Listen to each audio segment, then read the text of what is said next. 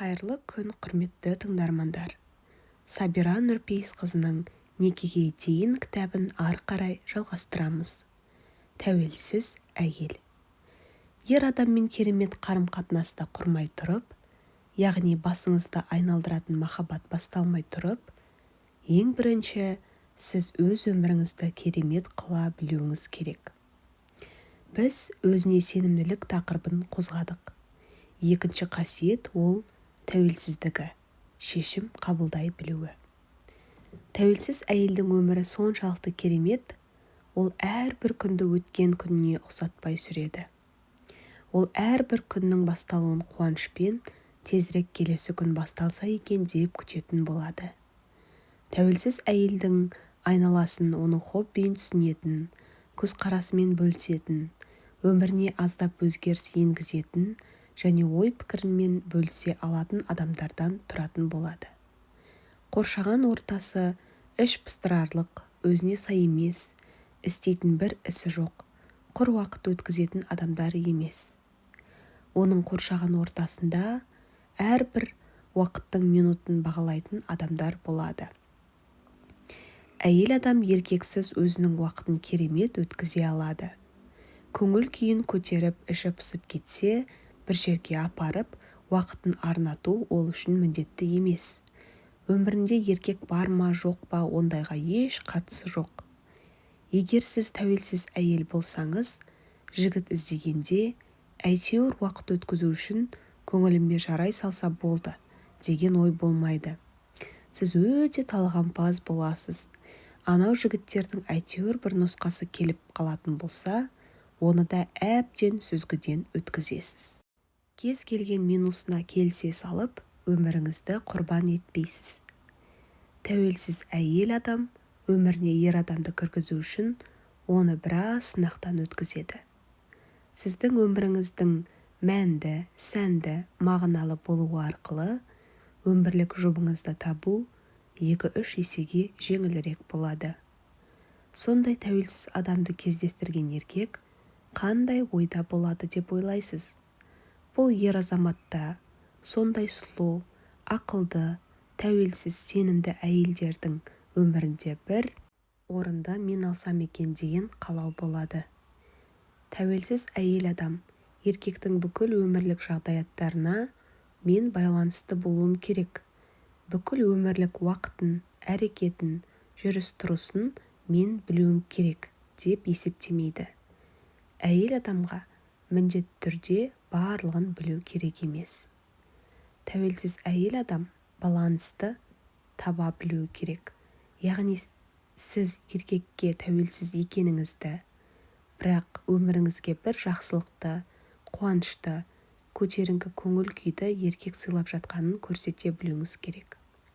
Сенсіз де жақсы, сенімен де жақсы деген сияқты әңгіме емес. Еркек сізге өзінің тамаша сезім, ерекше қуаныш сыйлап жатқанын сезу керек. Білесіздер ме? 90% ер адамдардың қорқыныштары мынадай. Әйел еркекке эмоционалды тұрғыда тәуелді болып қалады. Жүріп жүрген, сөйлесіп жүрген әйел маған еркіндік бермейтін болады. Бұл әйел адамның бүкіл өмірі мен ғана болып қаламын. Бүкіл уақытын, көңілін, күнін маған ғана арнап, бетіме қарап отырады. Мен әйел адаммен қарым-қатынас бастасам, бірден өзімнің жеке өмірімнен айырылып қаламын. Қазір өзіңізге сұрақ қойыңыз. 1 минуттың ішінде жауап беруіңіз керек. Сөйлесіп жатқан жігітім менің өміріме не әкеліп жатыр? Кішкентай болса да қандай өзгеріс, қандай қуаныш? Егер 1 минуттың ішінде бұл сұраққа жауап бере алмасаңыз, мен сізге ойлануға кеңес беремін. Не істеп жүрсіз бұл адамның жанында? Не айтқым келіп тұр? Сіз жігітпен бос уақытыңызды өткізу үшін жүріп жүрген жоқсыз, жүрмеу керексіз. Сіздің өміріңіз соншалықты қызықты, тіпті жігітсіз де, яғни сіз онымен айырылысып кетсеңіз, әрине көңіл күйіңіз түседі. Бірақ сіздің үйде отырып, депрессияға түсіп, қайғыруға уақытыңыз болмауы керек.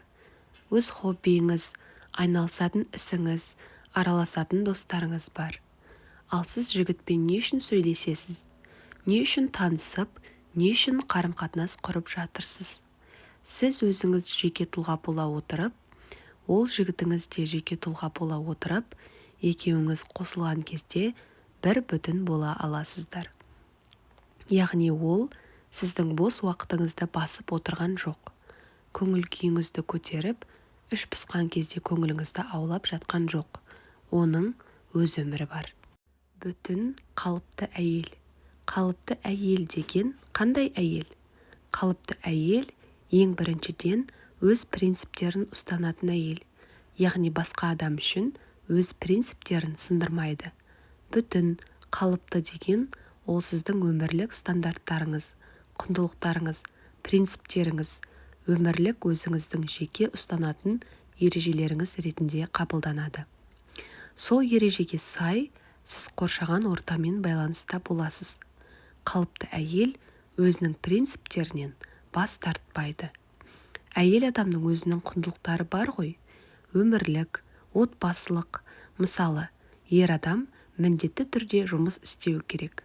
Міндетті түрде әйел адамды киіммен, тамақпен, сыйлықтармен, барлық материалдық жағдайын қамтамасыз ету керек деген секілді.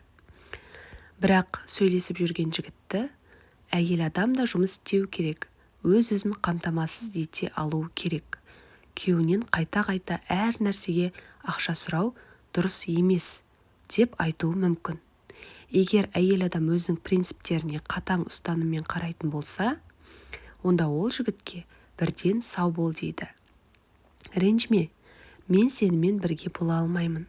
Себебі біздің құндылықтарымыз, көзқарастарымыз әртүрлі. Немесе әйел адамның принциптері бойынша, керісінше, үйде отырмаймын, менің жұмыс істеуім керек, бизнесім болу керек деп ойлайды. Бірақ сөйлесіп жүрген жігіті тым қатал, ешкіммен сөйлеспеу керек, ешқайда шықпау керек, телефонын тексеріп отыруым керек деп әр қадамын тексеріп бақылап отырады. Сол кезде ол өзінің принциптерінен бас тартпау керек. Себебі ол қалыпты, біртұтас, бүтін әйел, жеке тұлға. Ал жігіт өзінің принциптерінен бас тарта алады. Себебі ол әйелді көндіргісі келіп тұр. Қараңызшы, үйленгенге дейін жігіт сен жұмыс істейсің деп айтады. Ал үйленгеннен кейін сөзінде тұрмайды. Бұл жерде сіздің жеке интуицияңыз болу керек. Себебі еркектің сөзі мен әрекеті екі түрлі бола алады. Егер әрекеті мүлдем сөзіне сәйкес келіп тұрмаса, сізге ойлану керек. Бас тартасыз немесе көнесіз. Ал қалыпты, біртұтас жеке тұлға әйел ешқашан өз принциптерінен бас тартпайды. Әйелдің қалыптылық, біртұтастық қасиеттері өзіне деген сенімділік сияқты. Бұл қасиетті міндетті түрде қалыптастыру керек. Өзінің принциптеріне сай өмір сүретін әйел адамға еркек 100% сенім арта алады. Ер адам сіздің жаныңызда өзін нық, сенімді сезеді де сіздің әр пікіріңізге, сөзіңізге құлақ асатын болады. Кеңес алатын болады. Яғни сіз оның көз алдында бағалы боласыз. Не үшін? Себебі еркек басынан-ақ біледі. Сіз анау-мынау қыз емессіз. Сіз өзіңізге не керек екенін білесіз және сол принциптеріңізге нақты бейім боласыз. Ал ер адам үшін бұл өте маңызды. Құрметті тыңдармандар, бұл бөліміміз аяқталды. Келесі бөлімді күтетін болсаңыздар, арнамызға жазылуды ұмытпаңыздар.